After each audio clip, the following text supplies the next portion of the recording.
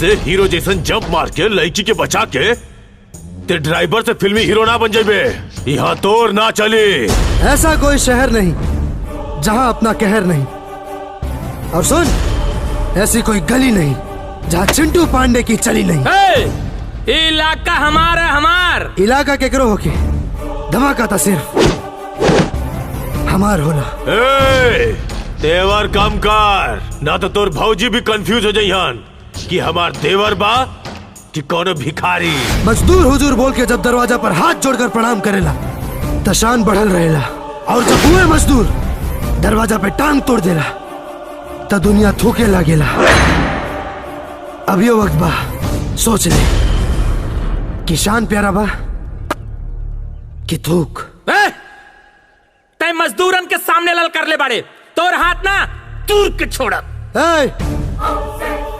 दुनिया में सिर्फ दो चीज से फाटेला, एक बम से और दूसर चिंटू पांडे के दम से।